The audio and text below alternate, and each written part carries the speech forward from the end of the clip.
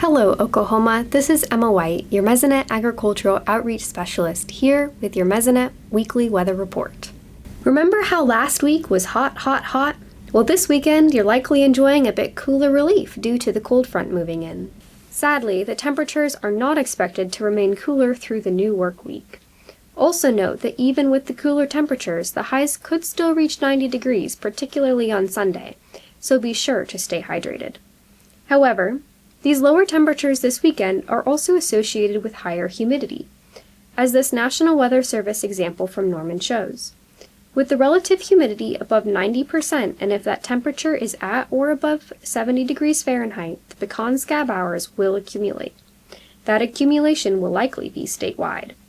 But with the midweek arriving with the very hot and dry again, this accumulation will likely slow by midweek. The cattle have also become more comfortable this weekend due to the cooler temperatures. The more comfortable the cattle are, the lower the water demand. Unfortunately, this will be short-lived as the lower temperatures will not remain below average for long. Expect an increase again for the Cattle Comfort Index and water demand as we head into this new week. The hot temperatures that we have had the last month have helped growing degree day accumulation, or shortened to GDD accumulation, which is a calculation of accumulated temperature units.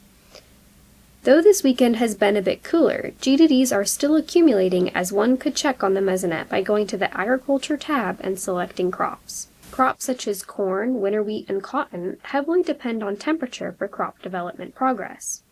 There is an ideal range of temperature for each crop for which GDDs accumulate the most quickly.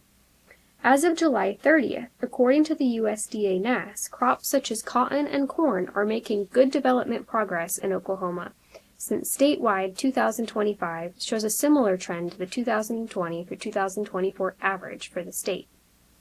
Gary McManus is now up next with your climatology report.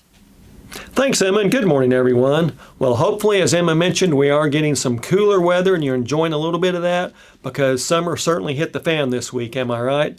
And you know what comes with that summer heat at times? Drought expansion. Let's take a look at the new drought monitor map and see where we are. Well, we did see that area of abnormally dry conditions, that D0 on the drought monitor, expand from the Texas border over there to the far western parts of Oklahoma. It did expand to the east just a bit, so we are starting to see that start to spread. Now, it's not drought just yet. Those abnormally dry conditions don't signify drought, but it does show areas in danger of going into drought if we don't get rainfall, and hopefully we're getting some of that as well. The Mesonet's consecutive days with less than a quarter inch of rainfall map tells you why it did expand to the east. Now we have over 30 days in some cases there in southwest Oklahoma without that quarter inch of rain in a single day. So now, unfortunately, from the Climate Prediction Center for August 4th through 8th, they do see increased odds of above normal temperatures, but especially across the western third of Oklahoma, right where that drought is starting to expand, so that's not good news.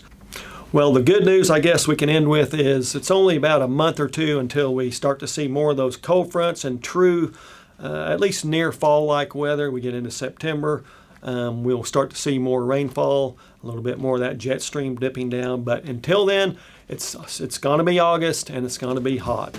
That's it for this time. We'll see you next time on the Mesonet Weather Report.